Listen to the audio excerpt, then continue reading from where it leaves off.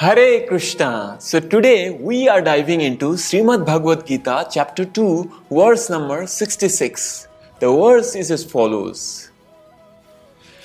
Nasti buddhir ayuktasya na cha ayuktasya bhavana na cha bhava yata santir asantasya kuta sukham.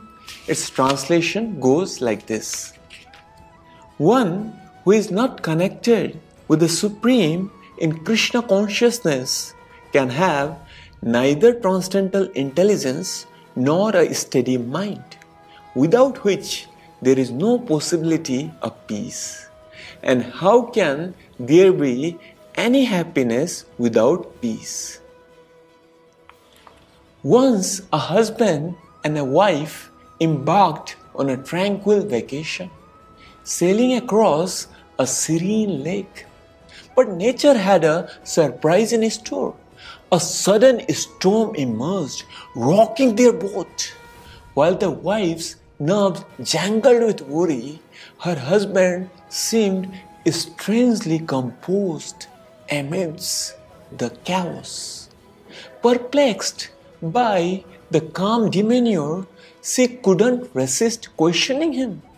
How can you be so serene in the face of this storm? Out here in the middle of the lake.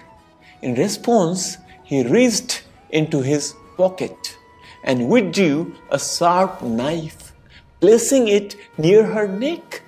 Startled, yet wholly unafraid, she gazed at him in disbelief, demanding an explanation for his alarming gesture.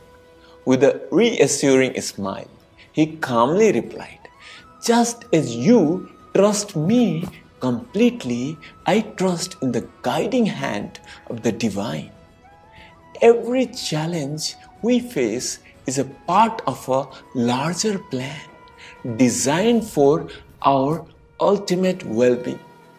It's this unwavering faith and my connection with the Lord that keeps me serene, even in the midst of a storm. Peace comes when we are connected with the Supreme, when our mind, intelligence are focused, and unless there is basic level of peace, there cannot be happiness.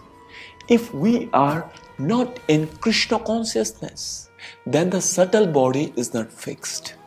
The mind and intelligence go here and there at such a pace that we lack steadiness, resulting in no peace. Srila Prabhupada quotes the peace formula in 5th chapter of Bhagavad Gita in verse number 29, which we'll discuss when we get there, but he said disturbance is due to a lack of an ultimate goal. Without a clear goal, true happiness may elude us. Material aspiration, though they may briefly satisfy, cannot fulfill the deep-seated longing within us. They offer only temporary gratification, leaving us perpetually craving for more. It is essential to identify and pursue an ultimate goal as it provides a sense of purpose and direction in our life. By striving towards this overarching objective, we find fulfillment and lasting contentment, transcending the fleeting allure of material pursuit. The ultimate goal is relationship with Krishna. And if I serve Krishna, the way may be different for each individual, but the principle remains the same. Though we may possess material desires, our core longing is to love Krishna. The things we seek are intended to facilitate our unwavering service to Him. We'll meet again with the next verse from Bhagavad Gita. Hare Krishna.